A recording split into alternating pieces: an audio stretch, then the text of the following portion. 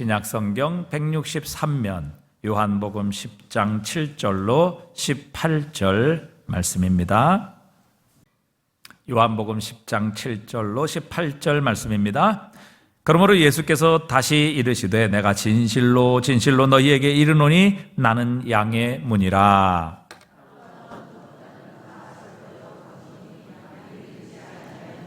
내가 문이니 누구든지 나로 말미암아 들어가면 구원을 받고 또는 들어가며 나오며 꼴을 얻으리라.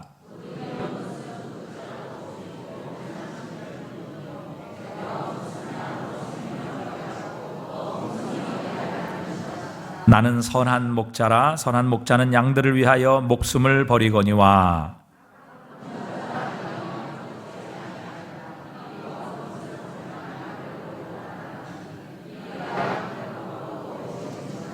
달아나는 것은 그가 삭군인 까닭에 양을 돌보지 아니함이나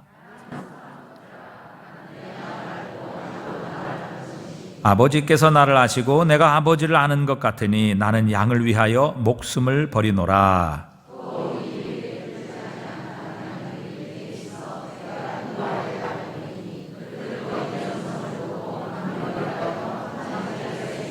함께 읽습니다. 내가 내 목숨을 버리는 것은 그것을 내가 다시 얻기 위함이니 이로 말미암아 아버지께서 나를 사랑하시느니라. 이를 내게서 빼앗는 자가 있는 것이 아니라 내가 스스로 버리노라. 나는 버릴 권세도 있고 다시 얻을 권세도 있으니 이 계명은 내 아버지에게서 받았노라 하시니라. 아멘. 2008년도인가요? 그런 영화가 개봉을 했었습니다. 좋은 놈, 나쁜 놈, 이상한 놈. 요 포스트였습니다. 좋은 놈, 나쁜 놈, 이상한 놈. 주인공 3명이거든요. 정우성, 그 다음에 이병헌, 송강호. 누가 좋은 놈인 것 같습니까? 찍어보세요. 3분의 1 확률이잖아요. 뭐 틀린다라고 뭐 큰 그게 지옥 가고 이런 것도 아니니까 마음 편하게 찍어보십시오. 저 위에 사람이 정우성, 그 다음에 이병헌, 송강호입니다. 좋은 놈이 누굴 것 같으세요? 송강호가 좋은 놈. 누구신가요? 굉장히 특이하시네요. 송강호는 누가 봐도 그거 아닌가요? 네, 누가 봐도 그 사람입니다. 네. 정우성이 좋은 놈, 그 다음에 이병헌이 나쁜 놈, 송강호가 이상한 놈. 이런 배역이었습니다. 그랬는데 오늘 말씀을 읽다 보니까 이 선한 목자가 나오고 도둑이 나오고 삭군이 나오잖아요. 말씀 묵상하면서 설교 준비하다 보니까 이 영화가 떠오르더라고요. 비슷하게 잘 닮았다. 좋은 놈, 나쁜 놈, 이상한 놈. 좋은 놈은 누구? 좋은 분은 누구? 선한 목자. 나쁜 놈은? 나쁜 놈 누굴 것 같아요? 도둑. 이상한 놈이 삭군. 그렇게 한번 생각을 해보면서 여러분과 말씀을 한번 나눠보고 싶습니다. 여러분, 도둑과 일단 선한 목자에 대한 예수님의 대비가 먼저 들고 계십니다. 도둑과 선한 목자. 도둑은 뭐 하는 사람이라고요? 빼앗는 사람이라고 이야기를 하고 있습니다. 10절에 나오니까 그렇게 나오고 있죠. 도둑이 오는 것은 도둑질하고 죽이고 멸망시키려고 하는 것뿐이요. 내가 온 것은 양으로 생명을 얻게 하고 더 풍성히 얻게 하려는 것이다. 도둑은 뭐 하는 사람? 죽이는 사람, 멸망시키는 사람, 빼앗는 사람. 이게 도둑이 하는 일입니다. 도둑은 한 번도요, 공급해주는 사람이 아닙니다. 베풀어주는 사람이 아니에요. 공급하고 베풀어주는 사람은, 생명을 풍성하게 하는 사람은, 생명을 얻게 하는 사람은, 꼴을 주는 사람은 누구라고요? 선한 목자입니다. 여러분, 우리의 원수 마귀는 단 한 번도 우리에게 좋은 것을 공급해 준 일이 없습니다.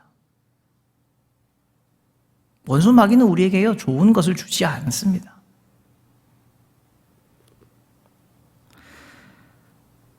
원수 마귀가 가끔씩 우리에게 뭔가를 좋은 것을 주는 것 같을 때가 있어요. 예수 안 믿어도 흥정한 사람들이 있잖아요. 잘 되는 사람들이 있잖아요. 잘 살아가는 사람들이 있지 않습니까? 그렇지만 여러분, 마귀는요, 단 한 번도 손해보는 장사를 하지 않습니다. 아담을 유혹한 그때로부터 지금까지, 그리고 주님 오실 그날까지 사단은요, 마귀는요, 손해보는 장사를 절대로 안 할 겁니다. 한 적이 없습니다. 늘 원수 마귀의 관심은 어떻게 하면 뺏는가, 어떻게 하면 갈취하는가, 어떻게 하면 가져가는가, 어떻게 하면 멸망시킬까. 이것이 창세 이후로부터 지금까지 사탄의 관심입니다. 늘 빼앗는 사람이, 늘 빼앗는 존재가 사탄 마귀 아니었습니까? 하나님께서 아담에게 주신 에덴의 복을 속여서 빼앗은 사람이 누구였죠? 존재가 누구였습니까? 마귀였습니다. 마귀였어요. 그것 때문에 우리에게는 생명이라는 것이 없지 않습니까? 생명이 없는 그런 존재들이 되어버렸지 않습니까? 사탄의 관심은 늘 그랬어요. 어떻게 하면 걸려 넘어지게 하고 어떻게 하면 빼앗아 갈 것인가? 잠깐 이 땅에 어떤 사람들이 잘 되는 것처럼 보이게 만들고, 하지만 사단은요, 늘 빼앗는 것에만 관심이 있습니다. 더 많이 빼앗기 위해 잠깐의 손해를 감수한다 하더라도 결국에는 끝까지 집요하게 달려들어서 그것을 빼앗고 마는 것이 사탄 마귀입니다. 그래서 이 땅 가운데에서 잘 되고 형통한 것처럼 잘 이렇게 공급해줬다가 결국에는 그 생명의 마지막을 어디로 끌고 가는 거죠? 지옥으로 가게 하는 거죠. 멸망당할 곳으로 가게 하는 것이 사탄 마귀의 전략입니다. 여러분, 사탄 마귀는 우리에게 단 한 번도 무언가를 그냥 주지는 않습니다. 마귀에게 뭔가 받은 것이 있다라고 여러분 생각하는 게 있으면요, 두려워하십시오. 마귀가 여러분에게 그냥 준 거 절대 없습니다. 다 빼앗아 가려고요. 더 많이 빼앗아 가려고 준 존재가 사탄입니다. 여러분, 100원을 투자했는데 1000원을 벌면 몇 배를 번 거죠? 10배를 벌었습니다. 우리는 이런 사람을 뭐라 부릅니까? 투자의 귀재라고 부르죠. 반대로 여러분 말해볼까요? 100원을 써가지고 다른 사람 돈 1000원을 털어가는 사람을 우리는 뭐라 부릅니까? 그런 존재를 뭐라 부릅니까? 사기꾼이라 부르죠. 어떤 사람이 여러분한테 와가지고 막 이런저런 좋은 투자처가 어쩌고 저쩌고 해가지고 여러분의 돈을 빼갔어요. 그리고 날라버렸어요. 그래서 사기꾼 아닙니까? 사기꾼이죠. 여러분, 마귀는 늘 우리에게 도둑이고 우리에게 사기꾼이었습니다. 천하만국을 다 줄 것처럼, 모든 복을 줄 것처럼 그렇게 유혹하고 우리에게 다가오지만 결국 그가 하는 것은 빼앗아가는 것뿐이 없습니다.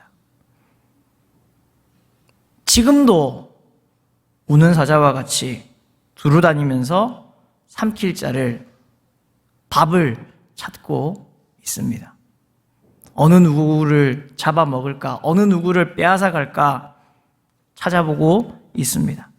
그래서 베드로전서 5장 8절에서 사도 베드로가 그렇게 이야기했죠. 근신하라, 깨어라, 너희 대적 마귀가 우는 사자같이 두루다니며 삼킬 자를 찾고 있다. 우는 사자와 같이 두루다니면서 삼켜서 꿀꺽 먹어버릴 그 존재를, 그 생명을 빼앗아갈 존재를 찾고 있습니다. 그것을 위해서요, 잠깐의 일보 후퇴, 이보 전진을 위한 일보 후퇴도 넉넉히 감당하는 것이 사탄 마귀입니다. 심지어 어떻게까지도 자기를 과장한다고요? 고린도후서 11장 14절 말씀에 보면은 무슨 존재로까지? 광명의 천사로까지 자기를 과장해서 우리에게 주어질 영원한 복을, 우리가 마땅히 받아야 할 복을 빼앗아가는 존재가 바로 우리의 원수된 마귀, 사탄 마귀가 하는 짓입니다. 반면에 늘 관심이 빼앗아가는 것에 있는 도둑인 마귀의 반대편에 우리 주님은 뭘 하기에 관심을 가지고 계신 분이라고요? 오로지 주는 것에만 관심이 있습니다. 어떻게 하면 이 양으로 더 생명을 얻게 할까? 더 생명을 풍성하게 할까? 어떻게 하면 더 좋은 꼴을 줄 수 있을까? 그것을 늘 고민하고 생각하고 푸른 초장으로 쉴만한 물가로 인도하는 존재가 선한 목자입니다. 선한 목자는요, 잠깐 있는 편안함에 만족스러움에 머물러 있지 않습니다. 여러분, 양이라고 하는 존재가요, 사실 참 무식한 존재입니다. 그래서 들판에 이렇게 풀어놓으면은 양은 그 초지를 쑥대밭을 만들어버려요. 쑥대밭이 아니라 황무지로 만들어버립니다. 다 뜯어먹어버려요.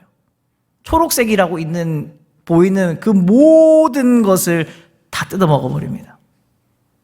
그러니까 양떼를 몰고 어느 한 곳에 계속 머물러서 정착해 있을 수가 없어요. 다 먹어버리기 때문에.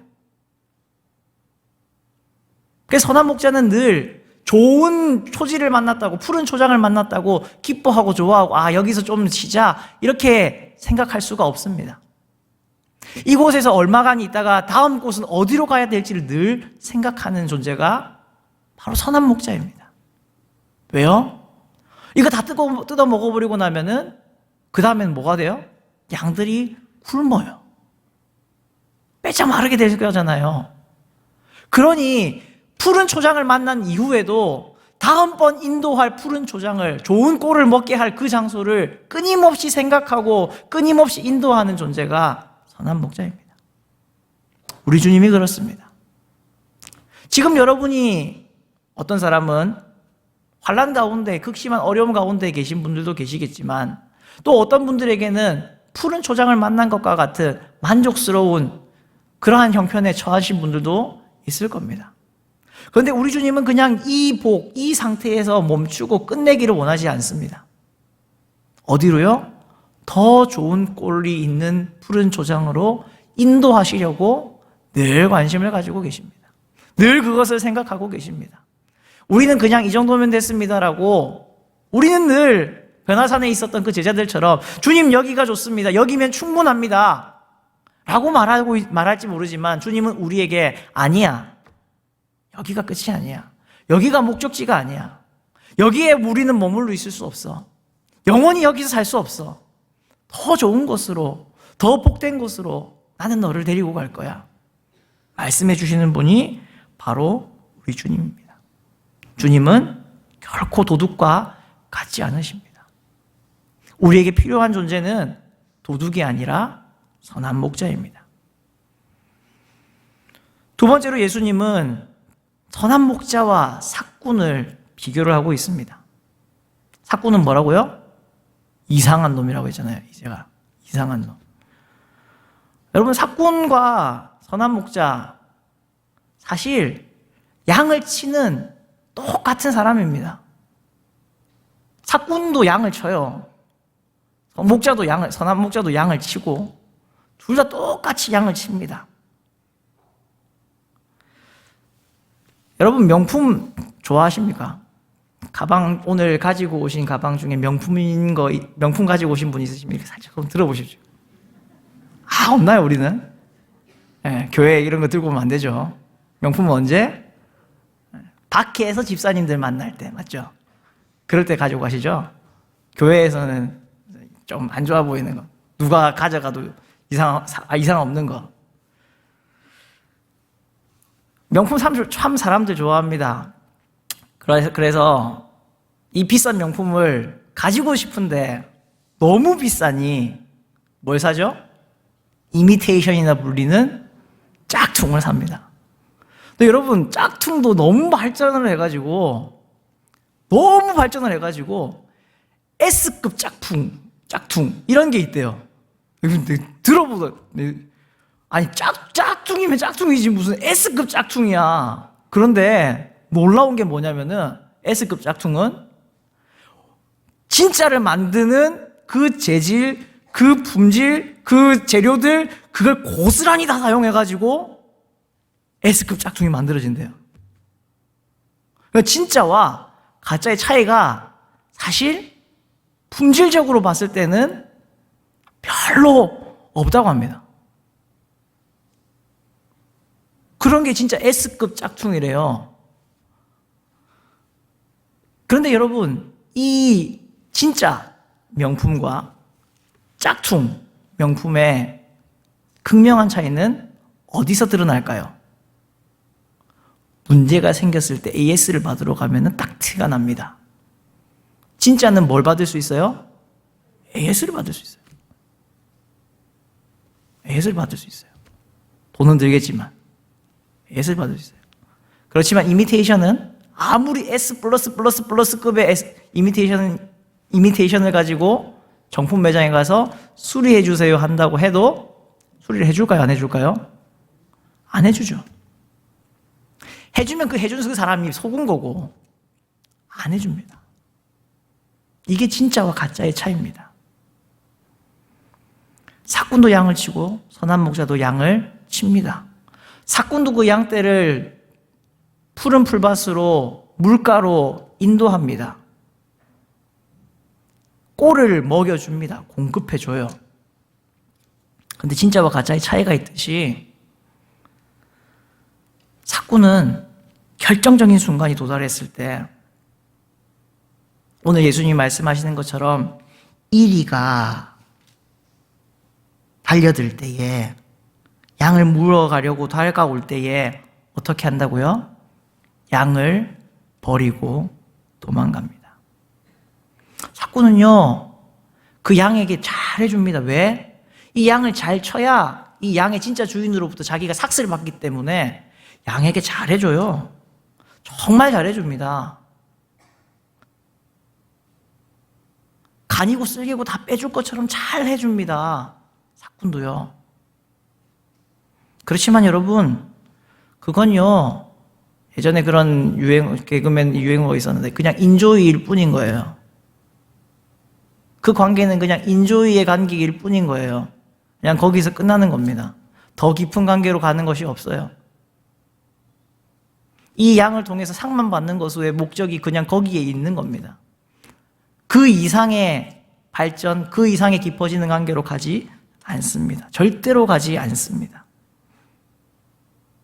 잘 해줘요. 아주 잘 해줍니다. 필요한 것도 잘 해줘요. 잘 공급해주고요. 잘 먹여줍니다. 쉴만한 물가로 데려간다니까요. 푸른 초장으로 데려간다니까요. 근데 진짜 드러나는 때는 언제라고요? 이리가 그 양떼를 물러 오게 되는 그때. 결정적인 그때. 가장 위험할 때. 가장 양에게 목자가 필요한 그 순간에 사꾼은 목자가 아니기 때문에 어떻게 한다고요? 양떼를 버립니다. 양떼를 버려요. 그렇지만 선한 목자는 그 이리가 오게 될 그때에 양떼를 버리는 것이 아니라 무엇을 버린다고요? 자기의 목숨을 버립니다. 그래서 그 양떼와 그 이리와 맞서 싸우는 거예요. 사자와 곰과 맞서 싸우는 겁니다.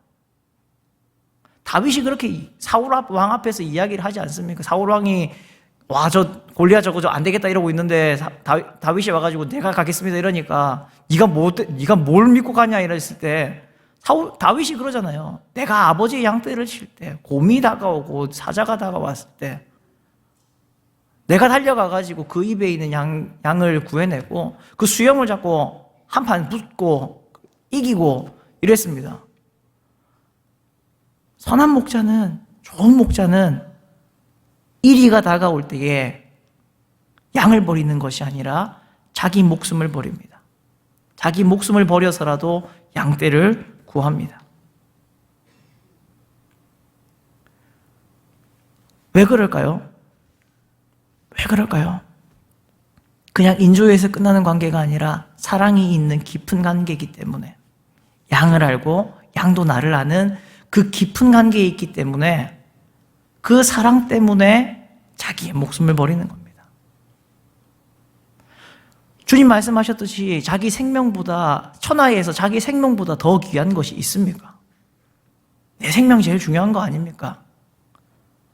그렇지만 그 사랑이 나로 하여금 제일 중요한 내 생명보다 양떼를 위해서 자기 생명을 희생하게 만드는 겁니다. 그래서 부모님들이 그 말했던 그 말이 진짜구나라는 게 느꼈어요. 야, 다 이것도 내가 너 사랑해서 하는 거야 라고 했던 말이 거짓말이 아니었구나. 우리 엄마가 저한테 했던 그 말이 진짜 거짓말이 아니었구나. 그냥 하는 말이 아니셨구나. 사랑이 있으니까 그렇게 하시는 거구나. 여러분, 우리가 이제 얼마 전까지 새벽 예배 본문이 고린도전서였지 않습니까? 사도 바울이 고린도 교회에 보내는 편지, 고린도전서. 여러분, 고린도 교회라는 게 문제가 많은 교회잖아요. 뭐 가지고 계속 싸우고 다투고 그 안에 음행도 있고요. 아주 그냥 이게 교회인가 싶을 정도의 그런 교회입니다. 그런데 여러분, 사도 바울이 이 고린도 교회에 보내는 고린도전서 그 편지에 13장에 가면 뭐에 대한 이야기가 나오죠? 사랑에 대한 이야기가 나와요. 사랑에 대한 이야기가 나와요. 사랑으로 해라. 너희 하는 모든 일들을 사랑으로 해라. 사도 바울이 고린도전서를 맺는 16장에서도요, 사랑에 대한 이야기를 계속 강조해요. 사랑으로 행해야 된다. 나도 너희를 이렇게 사랑했다. 사랑한다. 여러분, 고린도 교회에 편지를 또 보내잖아요? 문제가 있는 교회. 그 하나의 편지로 해결이 안 돼가지고 편지를 또 보냅니다. 그 고린도 후서 맨 마지막 어떻게 결론을 맺죠?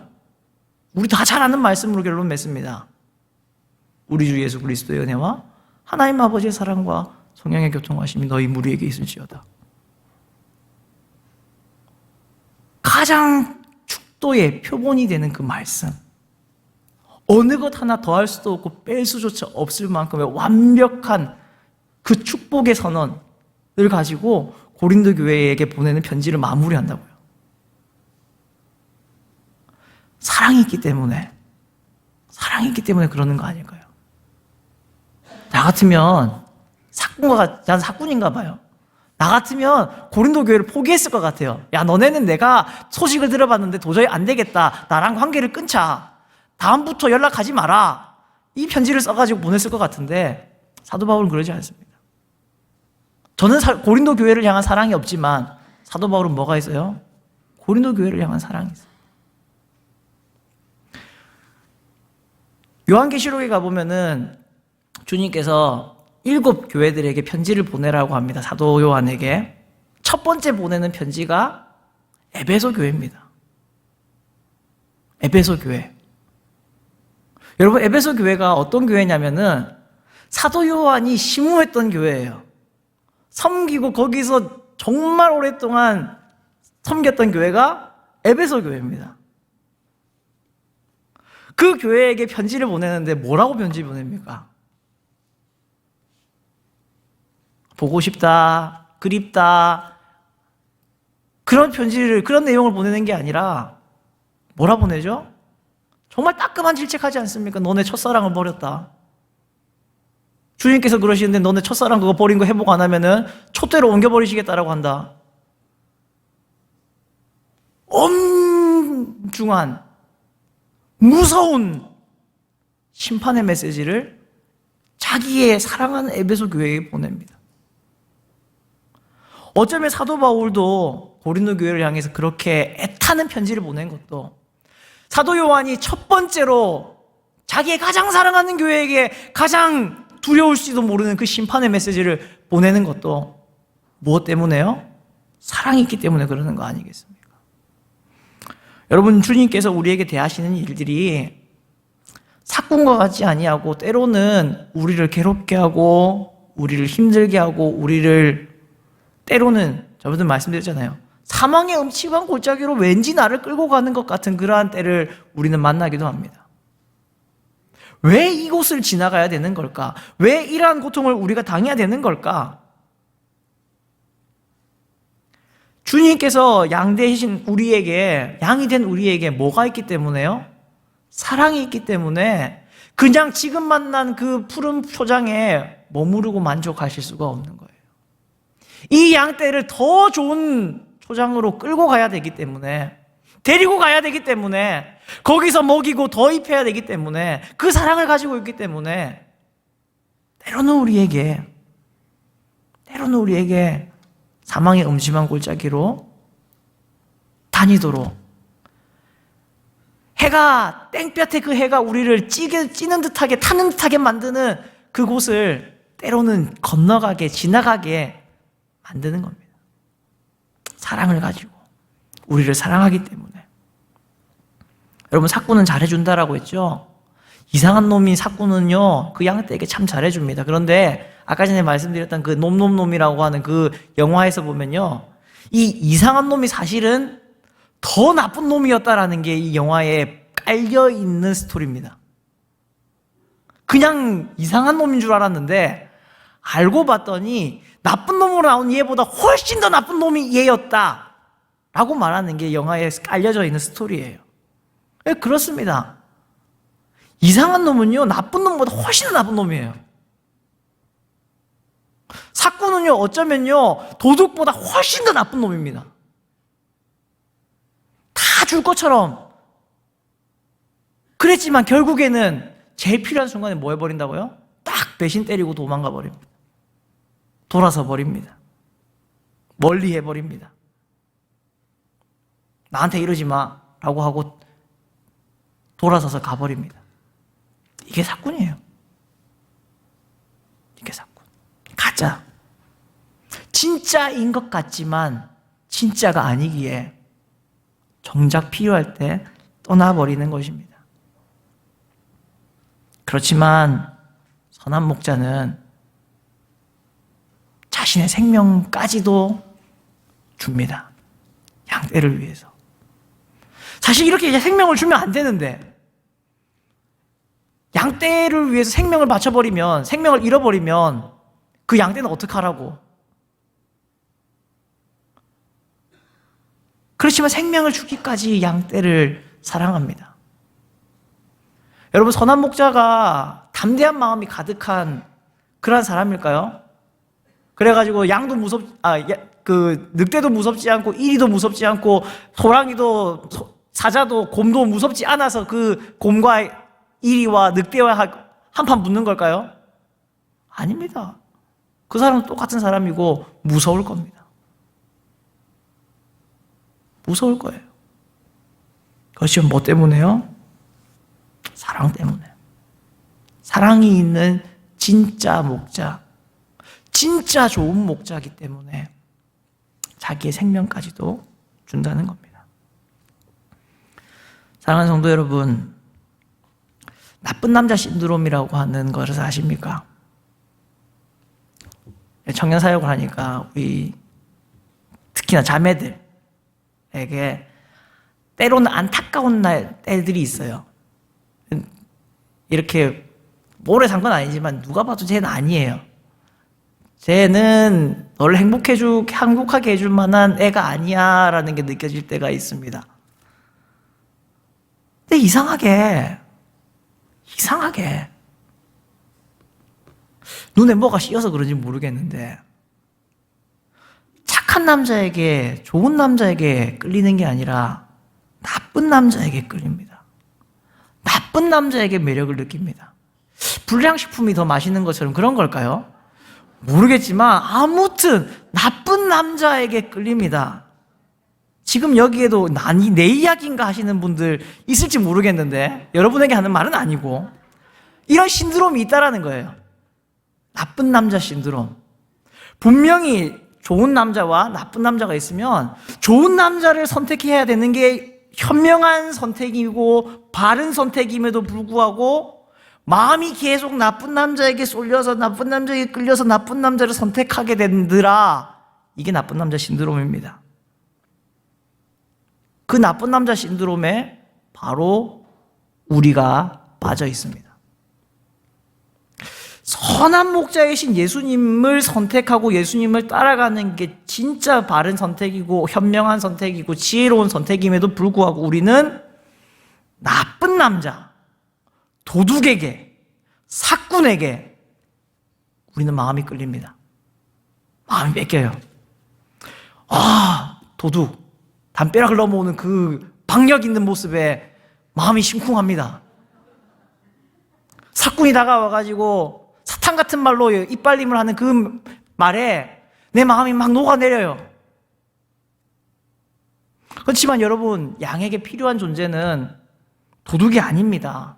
강도가 아닙니다. 사꾼이 아닙니다. 양에게 필요한 존재는 이리가 다가올 때의 목숨까지도 줄 수 있는 선한 목자가 양에게 필요한 존재입니다. 자신의 목숨까지도 주기를 원하고 어떻게 하면 이 양을 더 풍성하게 할 것인가에 모든 관심이 쏟아져 있는 이 선한 목자가 양에게는 필요합니다. 우리에게는 예수님이 필요한 겁니다. 선한 목자 대신 예수님이 필요한 겁니다. 그분은 지금도 우리에게 그 사랑으로 다 주시기를 원하시고 계십니다. 자기의 생명까지 그냥 말뿐이 아니라 실제로 자기의 생명까지 우리에게 주셨지 않습니까? 우리로 하여금 더 풍성하게 하기를 위해서 이 땅의 삶이 아니라 이 땅에 썩어지고 허무한 이 땅의 삶이 아니라 영원한 천국, 우리가 마땅히 가야 될 목적지인 천국을 바라보게 하시고 그곳으로 계속 오늘도 인도하고 이끌어주고 계시지 않습니까?